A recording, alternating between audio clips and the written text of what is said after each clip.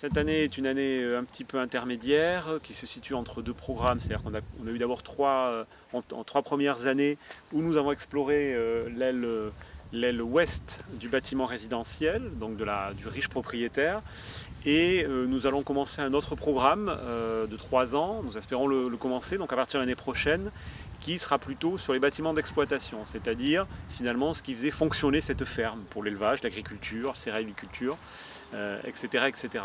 Il y a des bénévoles qui sont expérimentés, c'est-à-dire que certains reviennent depuis plusieurs années et donc maintenant de vraies capacités pour encadrer les gens.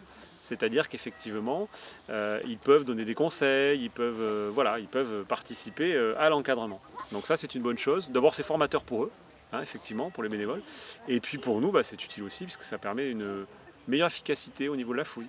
Nous avions notamment cette fameuse phase 1 de la villa gallo-romaine, c'est-à-dire l'occupation antérieure à finalement la construction de la villa, c'est-à-dire ce qu'on pourrait appeler cette ferme indigène, cette ferme pré-romaine, voilà, on ne sait pas trop les termes, en tout cas cette occupation antérieure que nous devinons après avoir fouillé tous les niveaux de la villa, donc qui est sous la villa. Bien, dans certaines salles on ne l'avait pas encore totalement abordé, totalement fouillé, donc ça, cette campagne de fouille nous permet de terminer, et là nous avons quelques structures en creux, c'est-à-dire des fossés qui continuent à apparaître, des trous de poteaux, des palissades qui nous permettent de nous renseigner un peu sur les modes de construction, les modes d'occupation de cette phase 1.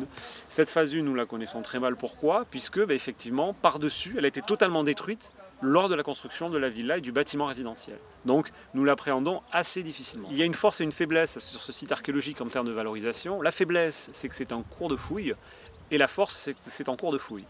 Pourquoi est-ce que c'est une faiblesse? Parce que ce n'était pas facile à lire, parce que les structures ne sont pas restaurées, puisque les choses sont mélangées. Je parle d'une phase 1, d'une phase 2, d'une phase 3, 1000 ans d'occupation, c'est 1000 ans de construction, de reconstruction. Donc la lecture est très complexe. Ça, je dirais, c'est le point fort. Le point faible, pardon. Le point fort, effectivement, c'est que la recherche est en cours. Donc c'est un côté très dynamique. Et donc c'est très intéressant. Et ce que nous avons décidé cette année, c'est que la fouille a vraiment avancé. Donc on le voit, des niveaux qui sont fouillés, des salles qui sont descendues. Donc on voit des élévations, c'est plus un terrain vague. Et donc l'idée, c'était de faire entrer les gens, le public, à l'intérieur du bâtiment. Fini d'être tout autour, de regarder de loin, etc.